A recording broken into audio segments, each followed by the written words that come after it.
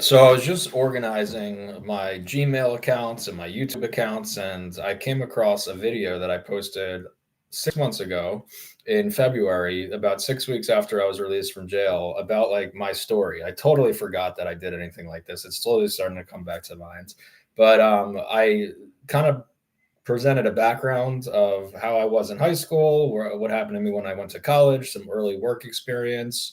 I moved back to Princeton because I thought I was on this like spiritual journey of sorts and had to return to my birth city. Got in a relationship, got deep into yoga and Buddhism, and then I mentioned that like I sporadically went to Alaska, and then I just totally trailed off once that story once I started telling that story, and it was probably because that's where the story got interesting, and that's where the story got raw, and that's where I have to be vulnerable and open up, and it's kind of humiliating to do so. But I started to experience all sorts of crazy symptoms besides depression prior to going to Alaska.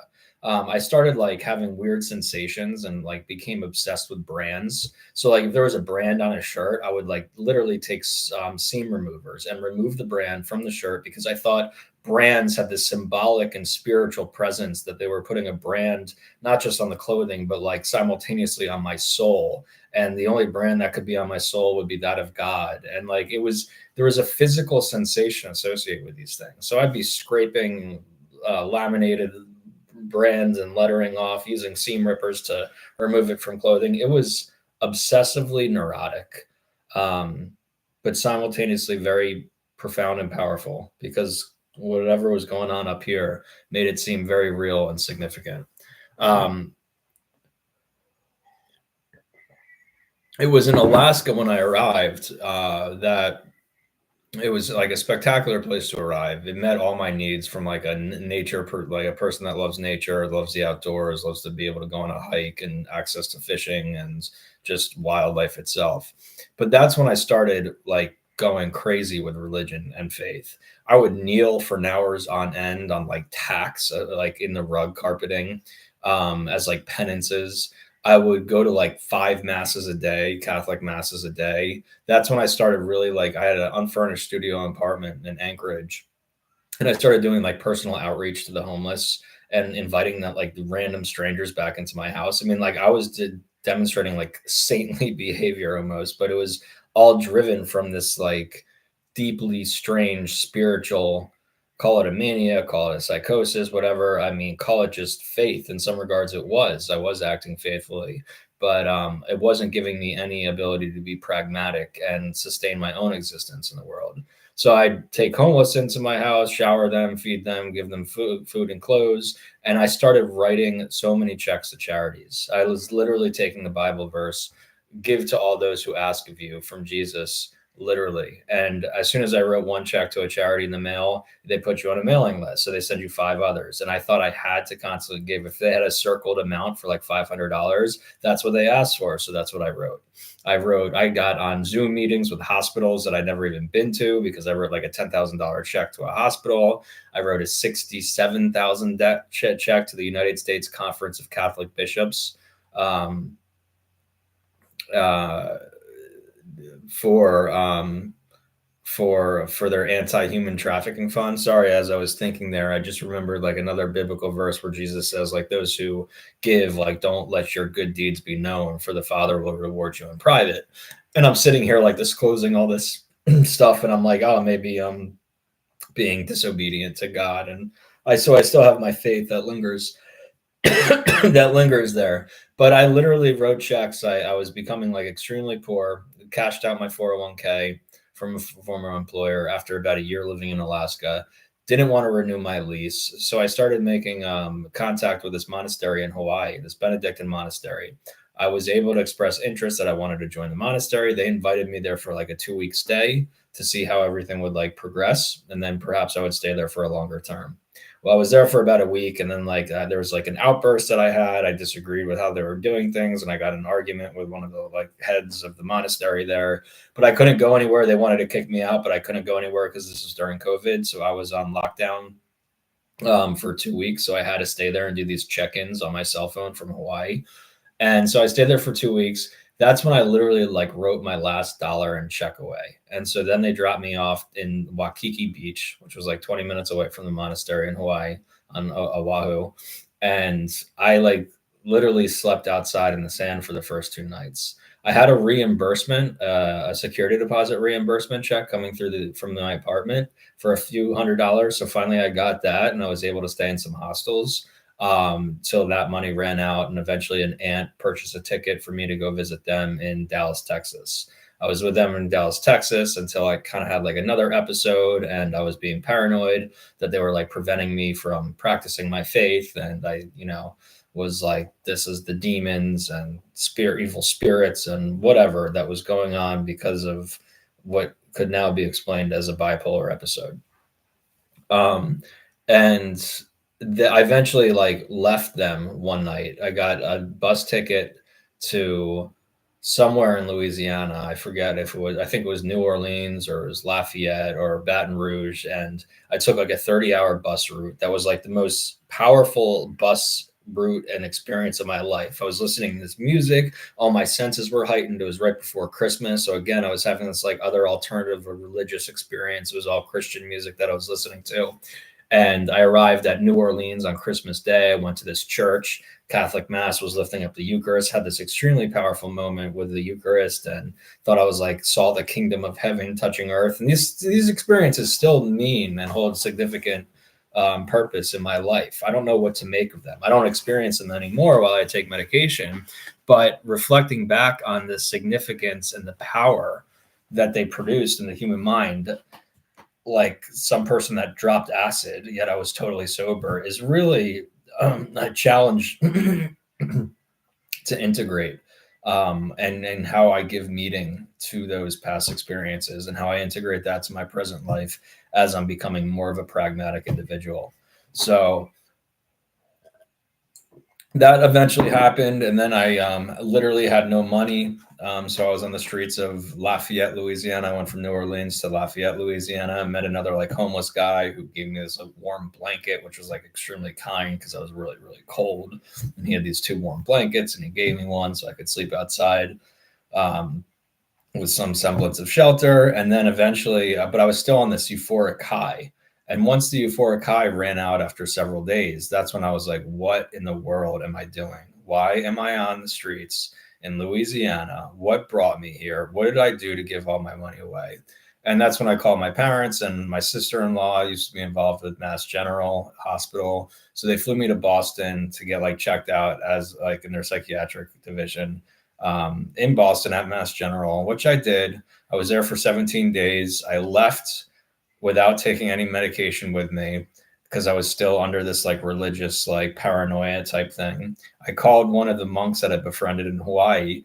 I said, I need to get back down to New Orleans because that's where this powerful religious experience happened. He purchased me a ticket. I flew back down to New Orleans from JFK. And eventually the euphoria high ran off again. I wound up in a homeless shelter and then on the streets. I called my parents again, and that's when they went to rent me an apartment in my hometown in Newtown, Pennsylvania. And they moved me back to Newtown. And I did some outpatient treatment in Newtown, and nothing was really sticking. I was still resisting the idea that mental illness is real. I was still thinking it's all spiritual related. And frankly, I still have troubles with reconciling those two differences, as I previously mentioned. So I lived in that Newtown apartment for a year, dabbled with medication, dabbled with treatment, on and off, on and off. Eventually, it all culminated. During this time, I had intermittent bouts where I would just leave and like randomly go to Florida, wind up in a homeless shelter for 2 weeks, make a little bit of money, and randomly buy a plane ticket to Los Angeles. Wound up spending a Christmas on the streets in Skid Row in Los Angeles because I thought I was seeing signs that I was supposed to go there and do something. And so eventually it all culminated. Like I was having these extreme things of paranoia and fear and terror, and it felt like I was living in this perpetual deja vu cycle. So I thought the only way to break the cycle was to like burn this object, as I interpreted from this biblical passage. So I burned something in my bathtub in the apartment that I threw like another sheet covering onto the bathtub. The whole thing ignited. I didn't expect the bathtub to ignite, but the tub ignited. I couldn't get my hands into the fire because it was too hot. And I knew I had to leave. And then as I was leaving, I realized my parents were on the lease and they would be liable for this. And I freaked out because my stepdad just wanted to semi-retirement and I didn't know what to do. So I left the apartment, and that's when I began this like 6-week journey through. I walked to Trenton train station, took a train from Trenton to Princeton, worked some odd jobs here and there, managed to get a little bit of money, went into New York, was in and out of the homeless shelter system in New York, picked up a few more jobs until I had enough money to buy a plane ticket to make it back down to Louisiana. And eventually that's where I was picked up, walking over this bridge in Louisiana. Again, the entire time I thought I was on a mission from God. And that's when I was eventually did 2 weeks in a Louisiana parish jail. I was extradited back to Bucks County Correctional Facility, where I served 20 months in jail. And throughout the jail experience, I still was having these episodes, these religious bouts, and thought it was all like I was meant to be there, and seeing signs and struggling with all this stuff. And that's when I also kind of like my acceptance to try medication eroded. I remember one day specifically, I was sitting in my jail cell and I was like, you know what, maybe I need medication. I had this terrible bout of despair that waved over me, and it was just this terrible psychological pain. And from that day forward, I pretty much started complying with the medication. The great thing about jail was so many people were on medication. It was so common. So it destigmatized the idea of being treated for mental health issues, because everyone was essentially struggling. The jail system is the largest provider for mental health care in the United States. So that's something to keep in mind. And I was there for 20 months, and part of it, I knew I had to comply with the medicine because I realized that if I go to court, if I'm not complying, it's only going to hinder my sentence. Another part of me during my religious bouts, thought I was being like this prophet and martyr by going through, essentially going through the court situation and going through the state penitentiary situation and all this crazy stuff. And eventually I complied and I was admitted to a wellness court program, which was known as mental health court. And it's basically reduced my probation from 5 years down to 1. Being part of this program where I report to court once a week and then once a month, and have meetings with my probation officer once every week, once every other week. So it's more restricted than standard probation, but it's less time. And through that entire time, I'm also under treatment with psychiatrists, therapists. I go to recovery meetings.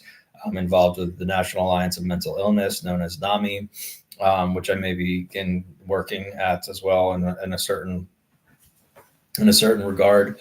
And so it's kind of been like treatment focused, and the court hasn't been, I thought it was going to be impinging, but it's been more like providing guide rails to get on like a straight and narrow track. And that's kind of brings me up to today. So I did 20 months in county jail. I was released last January. As I mentioned in the last video, I had no money. I started working at Giant. Now I'm interviewing with a few other companies for inside sales positions. So there's some hope that something eventually comes through.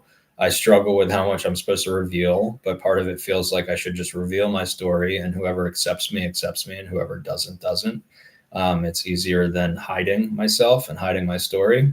So there's some freedom and liberation in this expression of sorts. And so that's what I do. I'm in this housing program, which I live with 4 other people in this townhouse now. I was in this small apartment that was sharing a room. Now I have my own room, thank the Lord.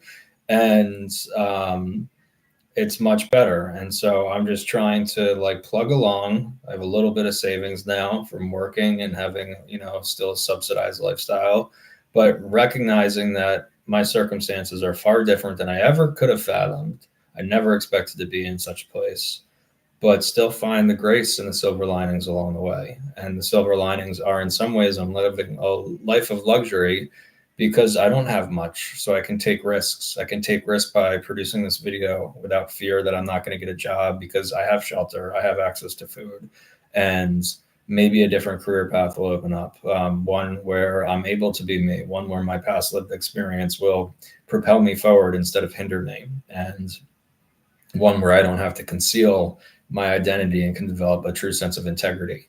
And that alone is worth, is almost priceless, to be able to get through the day at being you and who you are. And maybe this is the beginning of that journey for me.